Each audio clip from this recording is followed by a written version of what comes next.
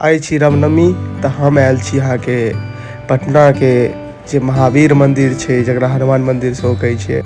गिलास सब जे देखा रहल यऽ ई अहाँके श्रद्धालु द्वारा वितरित रसना सब छै जे अपना सबके बसकट्टीमे बाँटल जाइ छै गाँवमे, और खीर पूरी सेहो बाँटल जाइ छै तऽ एखन तऽ नहि, मतलब सुबहके टाइममे बाँटल जाइ छै रामनवमीके दिन। और देखैत हेबै जे केना लोक सब पीबै छथिन, देखियौ। और आगाँ चलै छी, देखियौ हनुमान मंदिरके दृश्य, ई अहाँके दूर से हनुमान मंदिरके दृश्य छलै। और गिलास सब देखियौ, गिलास प्लेट ई सब जे छै खीर पूरी और रसना सब एतऽ बाँटल गेलै हँ। सिर्फ महावीर मंदिर के पासे ई वितरण नहीं होइए रसना और खीर पूरी, ई अहाँके पूरा पटना में लगभग अहाँके मिल जायत, कियाकि हरेक श्रद्धालु अपन अपन घर से अपन अपन किछु श्रद्धापूर्वक किछु किछु वितरित करै छथि। ओतौ मिलै छै, चलू पीब कऽ अबै छै।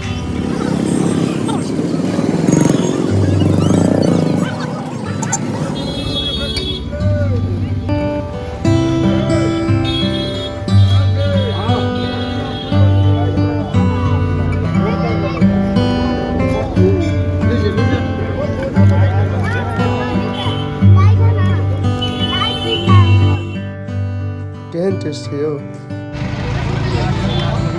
एतऽ से जा रहल छी अहाँके हनुमान मंदिर दिसन, और ओतऽ से अहाँके शोभा यात्रा सेहो निकलतै। ओ रात के 10:30-11 बजे के बादे निकलै छै, तऽ हम ताबे तक अहाँ सबके मंदिर के दर्शन करवा देब।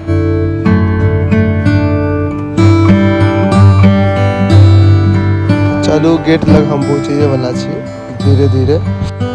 बहुत भीड़ या गेट लग में, देखियो कते ज्यादा भीड़ छै, और डेकोरेशन सेहो भेल छै, गजब के लागे छै। अहाँके एखन हनुमान मंदिर लग एतेक जाम छै पूछू ने, गाड़ी वाड़ी तऽ बंद हो गेल छै चलनाइ।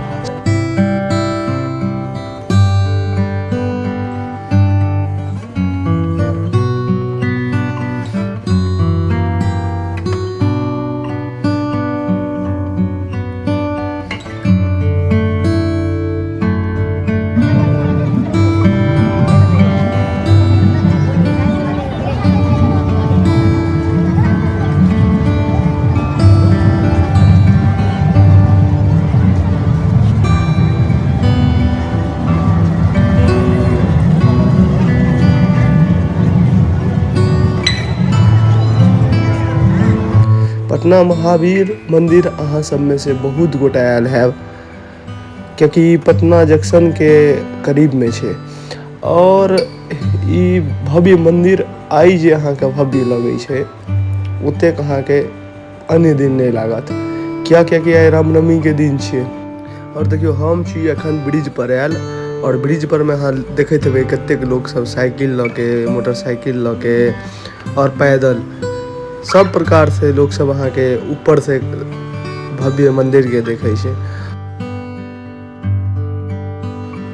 अरे मुड़ियारी नहीं दियो यो।